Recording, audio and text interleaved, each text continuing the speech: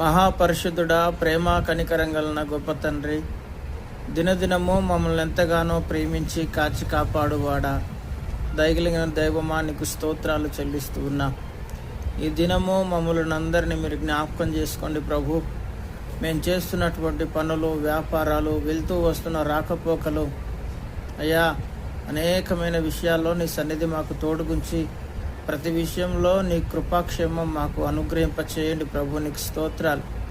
రోగాలతో ఉన్న వారిని స్వస్థపరచండి, అప్పులతో ఉన్నటువంటి వారిని భయంకరమైన వేదన నుండి విడిపించండి, అప్పు ఇచ్చే కుటుంబాలుగా నిలబెట్టండి, అనారోగ్య సమస్యలతో ఉన్నటువంటి వారిని దర్శించండి దేవాని పాద సన్నిధిలో నశించిపోతున్న వారిని కాపాడండి.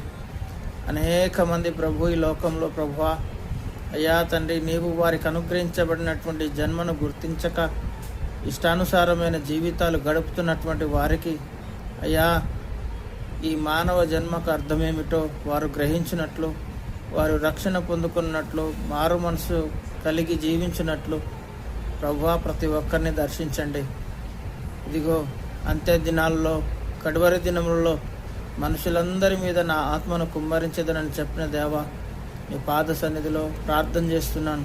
అందరినీ దర్శించి ప్రతి కుటుంబాన్ని దీవించి నేను విశ్వాసం ఉంచినటువంటి వారిని అయ్యా తండ్రి ప్రతి ఒక్కరిని నీ దీవెన యందు బలపరిచి ఆశీర్వదించమని నీ వైపు నా తండ్రి ఎదురు చూస్తూ ఉన్నటువంటి ప్రతి ఒక్కరి జీవితాల్లో నీ కార్యాలు జరిగించి నీ నామాన్ని ఘనపరచుకొనమని మా ప్రభు, మీ ప్రియ కుమారుడైన యేసుక్రీస్తు అతి ఉన్నత పరిశుద్ధ శ్రేష్టమైన నామంలో ప్రార్థించి అడిగి వేడుకొనుచున్నాను పరమ తండ్రి.